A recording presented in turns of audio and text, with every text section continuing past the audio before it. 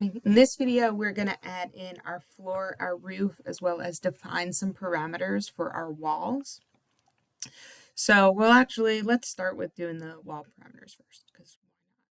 So right now, I just have a generic 8-inch wall for my exterior, and I have a generic 5-inch wall for my interiors. And when we were working in AutoCAD, I spoke a lot about, showing the different layers of your walls, how you have siding, sheathing, a stud, and then your interior finish. Right now, this is just 8-inch and it has no idea what it is. So what we're going to do is we're going to define all of those different layers, and it'll actually potentially show in our drawings depending on how much detail we have showing in our drawing set. So go ahead and click on any one of your exterior walls. Doesn't really matter which one you click on. And then we're going to go into Edit Type. Now, when we were doing our doors and windows, I spoke about how important it was to duplicate all of your types first prior to making any changes here in your parameters. In this particular instance, we're actually going to leave it alone, because what will happen then is once we change this one 8-inch generic wall, it'll update all of our 8-inch generic walls, and that'll make our jobs a little bit easier. So we're not going to duplicate it. We can, if we want, rename it. So I'm going to rename this one to exterior, so that way it's just labeled as an exterior wall. And then I'm going to edit its structure. So I'm going to click on Edit Structure. And again, we'll see here in our wall structure or our wall assembly that we just have a generic wall. There's no material applied to it, and it just has a thickness of 8 feet. So what we're going to do is add in additional layers within here. So that way we have a siding, sheathing, stud, and interior finish. So I'm going to go ahead and click on Insert, and I'm going to insert in additional layers, 3 or 4 in total. So now this is going to become my exterior siding, my sheathing, my structure itself, and then my interior finish. I like to keep only the structure itself inside this core boundary. So I'm going to move this layer up by just clicking on Up. I'm going to move another layer up. So this will be my siding and my sheathing. The exterior is at the top of the list. And then I'm going to move row 5. I'm going to move it down. So that way there's only just one layer sitting inside this core boundary. Then I'm going to update their functions. So for row 1, I'm going to have this have a function of finish 1, because this is going to be my exterior siding. For row 2, I'm going to make this a substrate layer. Row 4, I'm going to leave as structure. In row 6, I'm going to make it finish 2. I'll be honest, I don't know the difference between finish 1 and finish 2, but I always do my exteriors as finish 1 and my interiors as finish 2. We'll do this step last here just because it's the most complicated of all of them. What I'm going to do next is update all of their thicknesses. And I'm going to use the same thicknesses that we used from the 3-room shed. So for my exterior siding, I'm going to say it's the 1x6 boards. So it's 3/4 of an inch thick. My plywood sheathing is going to be a 1/2 inch. I'm made out of 2x6s for my studs, so I'll make that 5.5 inches. And then my interior gypsum wall board is going to be a 1/2 inch. So in total, all of those together equals 7.25 here for my wall thickness. And then I'm going to go through and update my materials. So when I click on where it says by category for the materials, this little ellipses button pops up, this ... So I'm going to go ahead and click on that I want to open up my material browser. And then let me move it over a bit. Can't remember exactly how it looks when you first start off, but I'm thinking maybe it looks like this, which is good. We can expand this out a bit. I usually will make this a little larger just because I have trouble seeing things. And I'm going to search up at the top for gypsum wall board because this is going to be my interior finish. So I'm going to search for gypsum, and it's right here, gypsum wall board. You can check off this use render appearance for shading, but you don't have to. Some students like that to have that color to help them when they're working, especially in a 3D view. And you'll see here that our cut pattern, it already has a pattern applied to it. So when we make a section cut, it'll put that hatch in automatically. I don't want a surface pattern or anything from it, so I'm just going to click OK. And when I click OK, I want you to pay attention to what happens over here.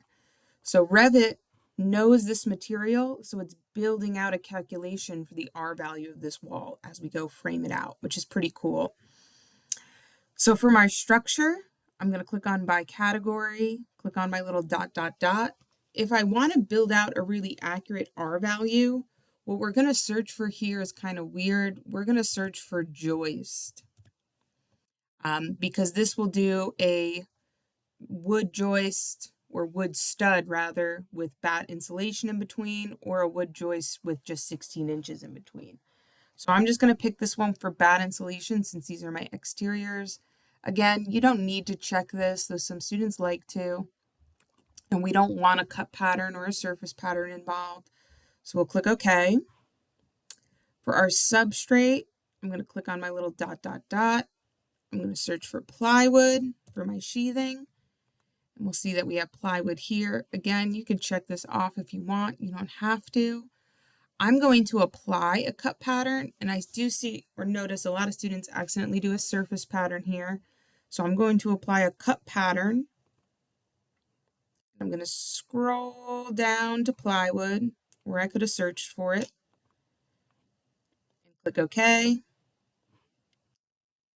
And then for my finish, I'm just going to do like clapboard siding. So I'm going to click on material, dot, dot, dot. Now, when I try to search for siding, nothing comes up.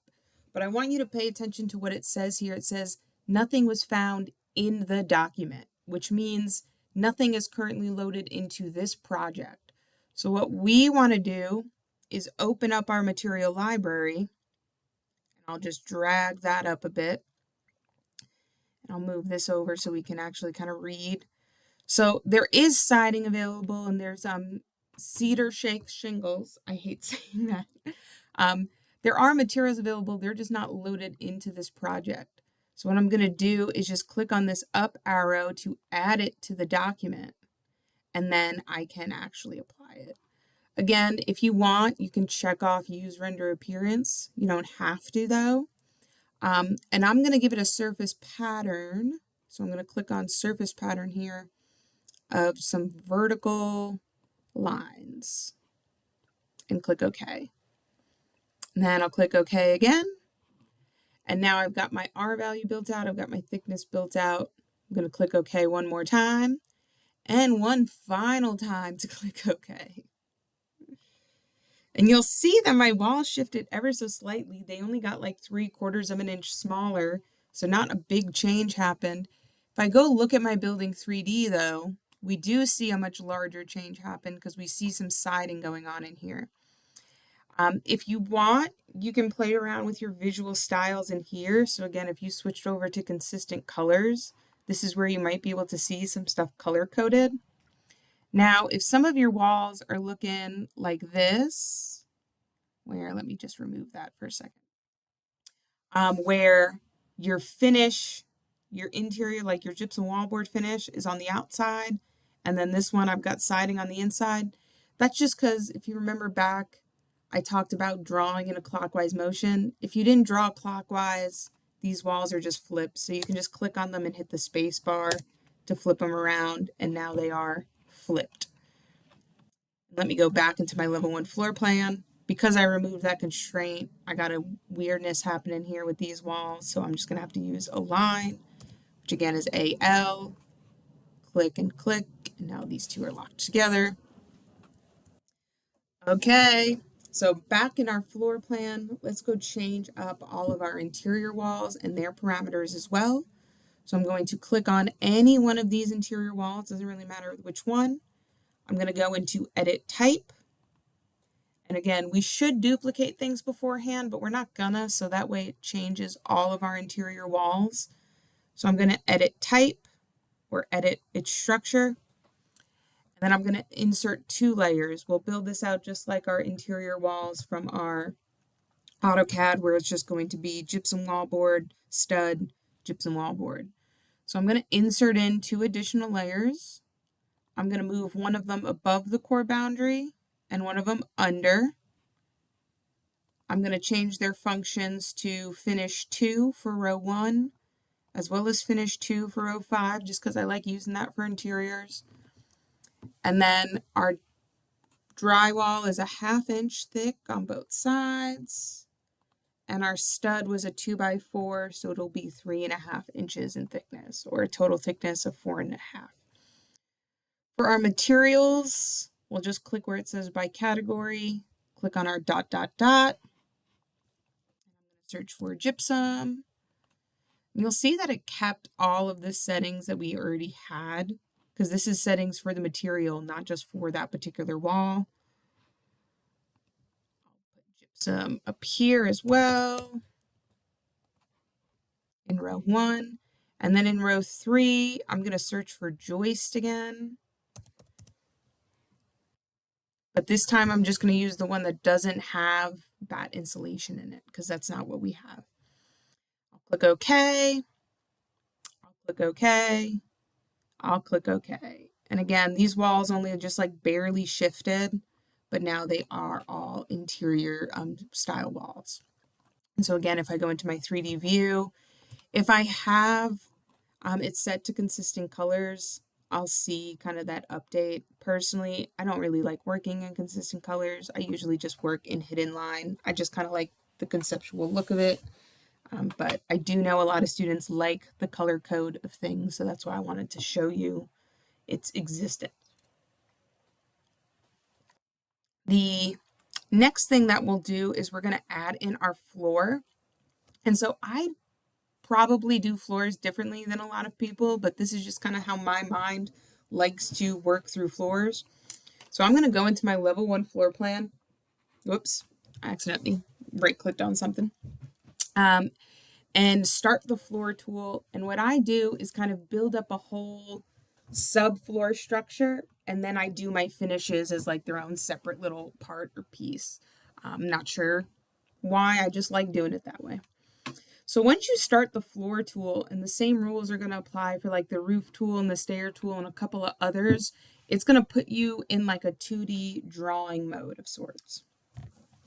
So I'm going to start floor by clicking on floor. It doesn't have a keyboard shortcut by default. And I'm going to change my properties here to one of these wood joist ones. It's not really going to matter which one I pick. And then I'm going to go into edit type. I'm going to duplicate it, and I'm just going to call it like structural floor. Again, name you give it doesn't really matter. Then I'm going to edit its structure itself, and I'm going to remove the layers that are above. So what I'm going to do is essentially make a floor that's just 10 inches thick total, that has a plywood and a joist layer. Then for my finishes, I'm going to make those as separate floors that are just floating above it. I just think it kind of works better that way to draw it, just personally. So I'm going to click on OK and OK again. And what I'm going to do is just use my boundary lines to draw my floor out. So we're in the pick wall tool by default. And I'm going to use this boundary option. I'm going to hover over one of my two walls, and I'm going to hit tab, which it didn't work the way I wanted to. So that's okay. What I'll do instead is this. I'm going to click on just all of my walls individually. I'm going ahead and just clicking on all of my exterior walls. Now, before I hit like the check or OK, we want this floor to be sitting on the outside of our boundary. So I'm just going to click on that flip to bring it out. And then I'm going to hit the green check. And it doesn't look like much happened. Well, since I'm in shaded mode, we can kind of see it now. But what it's done is it's put a floor underneath our building. So our building was just this big empty abyss, and now it's put that floor down.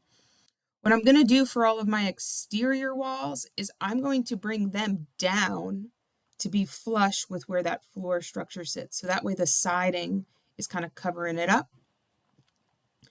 And so for that, I'm going to scroll up in my properties and I'm going to give it a base offset of negative 10 inches. So negative 0, 10. That way it brings it down. And I'll do that for each of my exterior walls. If I hover over one and hit tab, it did it once and then it didn't. There we go. It's going to select the chain of all of them, and then I can give them all a base offset at the same time of negative 10 inches. That way the floor is just not peeking through. I'm going to go back to my level 1 floor plan. I'm going to switch myself over to hidden line just so I don't see that color. The colors personally just throw me off, but that's just me and my little pea brain. And what I'm going to do next is just put in another floor, or rather another 2 floors that are just kind of like hovering or floating. So I'm going to make another floor. I'm going to edit its type. I'm going to duplicate said floor, and I'm just going to call this one like tile. I'm going to edit its structure. I'm going to remove all of the layers except for one. Give it a function of a finish, which it might yell at me about that. I might have to leave it its structure. I can't remember. And then I'm going to change its material, and let me search for tile and see what kind of comes up. I definitely don't want acoustic ceiling tile. No, let's do these porcelain tiles. I want this porcelain one. And it's going to give it this color of this purple. It's not actually going to be purple. It's just a plain white. If we go in appearance, you can actually see that it's just a plain white tile. I don't know why it makes it purple, but that's only if you're in consistent colors. And I'm going to click OK. And I'm going to give it a thickness of like 1/4 of an inch. Whoop. It's angry because I put a space in between the 0 and the period. Okay. And then I'm going to click OK. And what I'm going to do is I'm going to offset this up 10 inches. So I'm going to have an offset of positive 10 for this. And instead of using the pick wall tool, I'm going to use this rectangle tool to just only draw this finish inside this bathroom, as well as inside this bathroom. And if I wanted to, I could also like tile this kitchen area and only the kitchen, but I'll just put hardwood in the kitchen. I'm going to put hardwood everywhere else in this building. And then I'm going to hit the green check. And we can see that it put a hatch pattern in there automatically. Now, I've spoken before in class how I just don't like hatch patterns for floors in floor plans. So I'll go back into my level 1 floor plan. I could click here or up here. 2 ways we can kind of combat that a bit is we can either hide it altogether or we can halftone it. So to hide it altogether or halftone it, we want to go into our visibility graphics. So make sure you have nothing selected. Your properties bar says floor plan. If you do, just click off of it or hit escape a trillion times.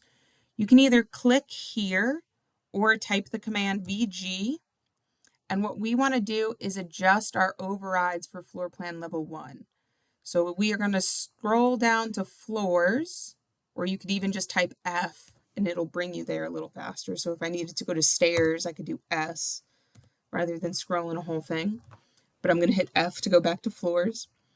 We can either just turn floors off altogether, which means they don't show in this floor plan, but they exist in our drawing. And I can hit apply and then they're just gone. Or if I check them back and bring the floors back, we can also halftone them. So you could check off halftone. And that way it's there, but it's just not as overbearing. So you could really do either one. You could just get rid of them or you could halftone them.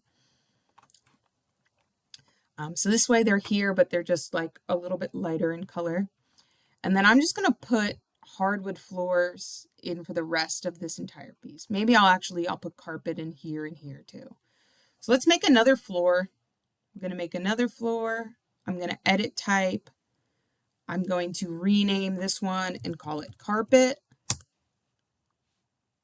I'm going to edit its structure, and I'm going to change its finish to carpet, which is this gorgeous red color.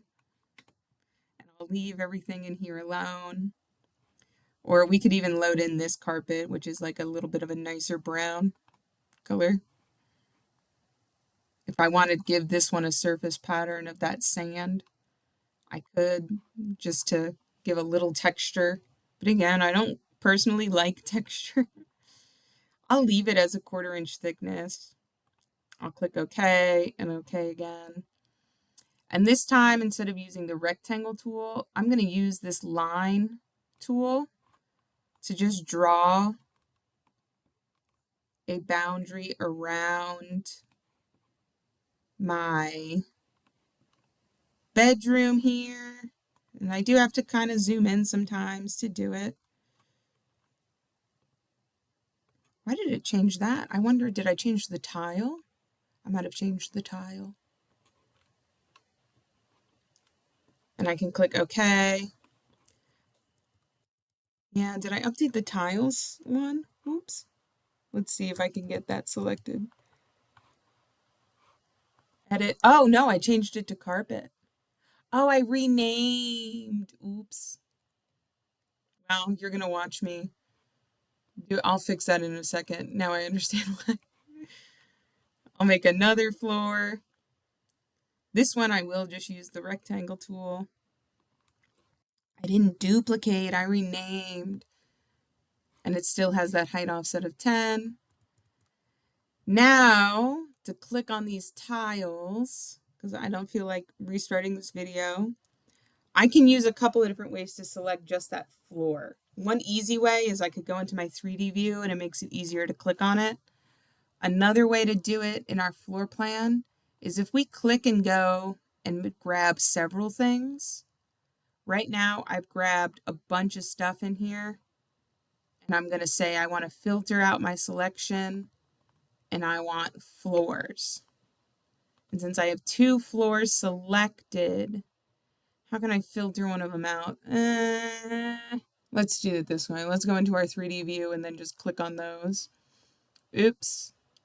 Edit. Duplicate it. I'm going to call it tile. I'm going to edit its structure, edit its material to tile.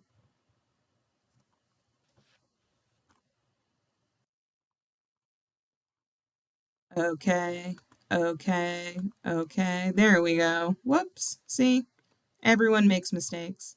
So I've got carpet in here. I've got tile in here. I'm going to go into my floor plan, and I'm going to put hardwood in the rest of my building. Thinking about too of just things like this little area. I want to make sure I've got a finish there, and this little area here. I fix that with this part of it going up to it. So I'm going to make another floor. Edit type. This time I'm going to remember to duplicate, and I'm going to call this one hardwood. Edit its structure, edit its material. And let's just search for flooring. There's this oak flooring here that I kind of like. But there's a bunch of other options we could do. Click OK. I'll leave it at a 1/4 inch. I'll leave my height offset at 10. I'll click OK again. And this time, again, I'm going to use the line tool to just kind of go and trace around. Just trying to get it to line up with that wall. There we go. So I'm just tracing and clicking.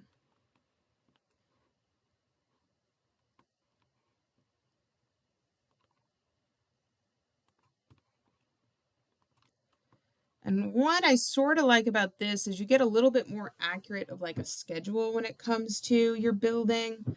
When it comes to like how much tile you need to buy just because it's not going under the walls. In this case, with this hardwood, I am going under the walls a little bit, so I'm not getting a perfect amount, but getting close. I'll click OK. And so that's one of the reasons why I just kind of like to half tone the floors. I think it just makes it a little easier to look at and bear with. And then we'll also do just some concrete stoops here for our two like porches. So that'll be another floor. This time for our floor type, let's do a, uh, let's do, because I don't want to do lightweight concrete on metal deck. Let's do a generic 12-inch. Get rid of its offset. So I'm going to set that back to 0. I'm going to edit type. I'm going to duplicate it and call this one like stoop or concrete or whatever I want to call it. Again, the name you give it doesn't have too much of a bearing. And I'm just going to edit its structure to be cast in place concrete. You can check this off if you want. You don't have to. We've got our pattern set. Okay. And then I'm going to use my line tool to draw around. This one, I've got to just do a little bit of finagling here. Now, one thing that's really important with floors is they have to be like one connected loop. You can draw them as two separate loops, but they have to be a connected loop. Right now, it's just warning me that this floor and this floor slightly overlap each other. It's saying it's fine, it'll make it. It's just warning me about it. And I'll make another floor up here. Floor. I'll use the rectangle tool this time for this one. I'm just gonna plop it down, hit escape a bunch of times, and then I'm going to cut this line into two pieces. So I'm going to use the split element tool, which is either up here or keyboard shortcut SL, to cut it, hit escape a trillion times, and then I can pull these two lines by their grips. So there are like a lot of features in here that are pretty similar to AutoCAD. I'll hit escape 100 times, and then I'm going to draw a line kind of down. So I drew 3 lines in, hit escape a trillion times. If I want this floor and this to sit flush with each other, what I could do is use a line, AL, to click on the edge of the floor, click on the edge of that floor, and bring them together. Hit escape 100 times, and then hit your green check. It's warning me that these floors are touching, but that's okay. And now if I look at it 3D, I've got my floors in, my little stoops in for my porches. And again, if we go into consistent colors down here, we can see it like a little bit more as a house itself. And keep in mind, if we went in realistic, the floors would not be that purple color. You can change that color if you want. Same thing with our beautiful carpet here of its generic color. Now, the next thing that we'll do in this video is our roofs. So if you remember back to looking at our building, our roof is kind of two gable styles. So we're actually going to draw it as two gables that then come meet together right here. This line sitting out here is our roof line, or our roof like overhang for it. So I'm going to start the roof tool. When I go to start it, it's going to immediately prompt me saying, hey, you're on level 1. Why would you make a roof here? Do you want to put it up higher? Which we do. So we would click yes. I'm going to intentionally set it to level 1 just to show you that it's not going to matter. So for our roof type, we can set this stuff beforehand. So like I'm going to switch my roof type to this roof rafter 8-inch one. And then I'm going to just use this rectangle tool to just draw a roof over only this part of our building. So I'm going to use my rectangle and I'm just going to go from one corner to another one and then hit escape a bunch of times. Now, if I was to click the green check, there's going to be two problems that I immediately see. One is that my roof is going to be on level 1, so it's going to be inside my building. And the other is my roof style. So you can wait here, but I'm just going to hit my green check to show you when I go into my 3D view, my roof is hanging out in my building. I can click on it and I can say, please go to level 2, and it will pick my roof up. But it's also a hip style roof. It's not the gable style that I wanted. So what I'm going to do is click on my roof and edit its footprint. And that just brings me right back into that same menu. I could do this from the 3D view, or I could do this from level 1. I'm going to hit escape 100 times, and I'm going to get rid of the slope on this side of my building. And I'm also going to click on this line and get rid of the slope on this side of my building. Click the green check. Now when I go into my 3D view, I have a gable style roof. So now I am able to see everything as kind of a gable roof. Small issue is that these walls don't meet up with it. So again, I can click on that wall. I can say attach top to base, click on my roof, click on this wall, attach top to base, click on this roof. Now, click on this wall, attach top to base, click on the roof. And something I mentioned in the previous video is about how like this wall doesn't go all the way through the house. There's kind of two ways we could fix it. We could model it as one wall and then put a opening in it. We could edit its profile.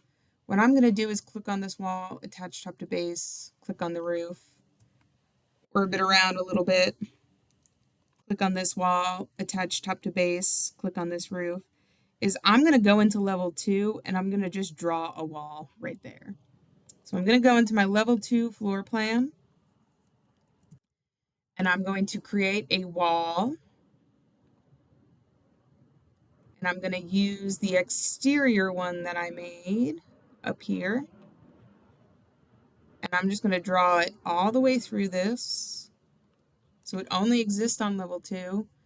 If I go into my default 3D view, it's a really weird wall now because it just is kind of only propped up there and going through my roof. I'll hit escape 100 times. I'll click on said wall, attach top to base, click on this roof. So now when I go to make a section, there will be like a wall there supporting this roof or sitting up in this roof. I'll need to put another roof on this part of the house. So I'm going to go into level 1 floor plan just so I have this CAD file to go off of. I'm going to start the roof tool. This time I will take notice and I will make mine on level 2 because now I've learned my lesson. And I'm going to draw a rectangle again, just based off of my edges. I don't want to bring it all the way through here, so I'm always just going to make it shorter than I need it. It's not really going to be important of how far you bring it, just make it shorter than you need. Hit escape 100 times. Before I hit my green check, I can also change these beforehand, so I can say I don't want this to slope or this side to slope.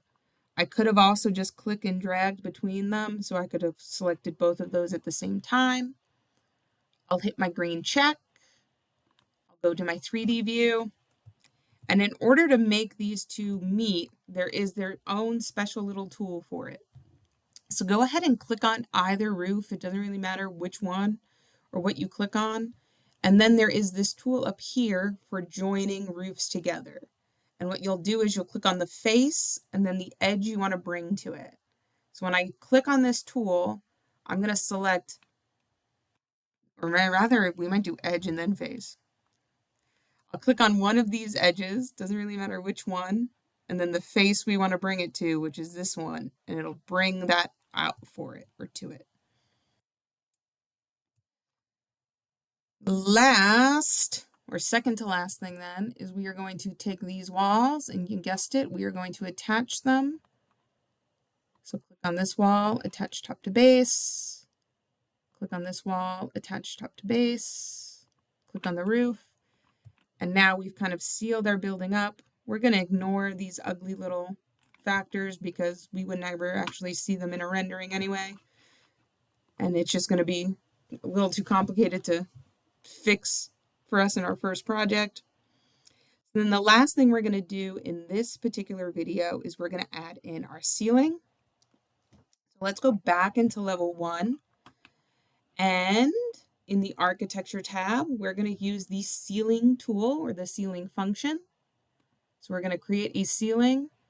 We don't want to make a ceiling out of acoustic ceiling tiles because that's just really aggressive and horrible. And so I'm going to click on edit type. I'm going to duplicate it, and I'm going to call it like ceiling joist plus gypsum wallboard. Doesn't really matter, again, what you call it. Click OK. I'm going to edit its type. For its structure, I'm going to edit the material to be, I'll call it joist again. And I'll just make it out of, maybe I'll put bad insulation in it. And for its thickness, I'll say this is like a 2x6, maybe it's a 2x8. Let's make them 2x8s, why not? So we'll say 7 1/4. And then for its finish, instead of acoustic ceiling tile, because no one wants that in their house, I'm going to search for gypsum. And I'll give it a thickness of 5/8. That would make sense for a ceiling as opposed to like a 1/2 inch. And then I'll click OK, OK, OK. You'll notice when you go to place ceilings, it has this automatic or versus this sketch. When I go to put my ceiling in, it's putting it in at a height of 8 feet. That's fine. But please pay attention when you click to this warning. It says none of the elements were created in this view. That means it put a ceiling in, you just can't see it. So I'm going to click in each room of my house, and it has put ceilings in. What I see often is students don't read this, and then they keep clicking, clicking, clicking, and they put in 100 billion ceilings in the building. If we go look at it 3D, we don't see a whole lot. If I kind of orbit around, we can see that there is now like a ceiling in there. But especially if I hit escape a trillion times in the 3D view, what we can do now to be able to look inside our building is turn on what's called the section box. Section box is about halfway down in your properties bar in your options. And if I turn this section box on, I then can click on this here and I can pull it and I can slice my building open. So we can see now inside of our building and kind of where each piece is going. We then could further really move these walls down a little bit more, alter pieces and parts, but usually, and maybe it's not the best practice, when I'm making models, I only focus on the parts that show up in the drawings. So I can also pull my roof down and cut my building open this way to look around in it. So that'll be helpful when we go to do our next portion of it, is to play around with these section boxes. Again, we're going to want to make sure that we save our progress. So I'm just going to click on my save icon up here. It usually will prompt you to about saving. In our next video, we'll focus on adding in components as well as then some annotations to our drawing.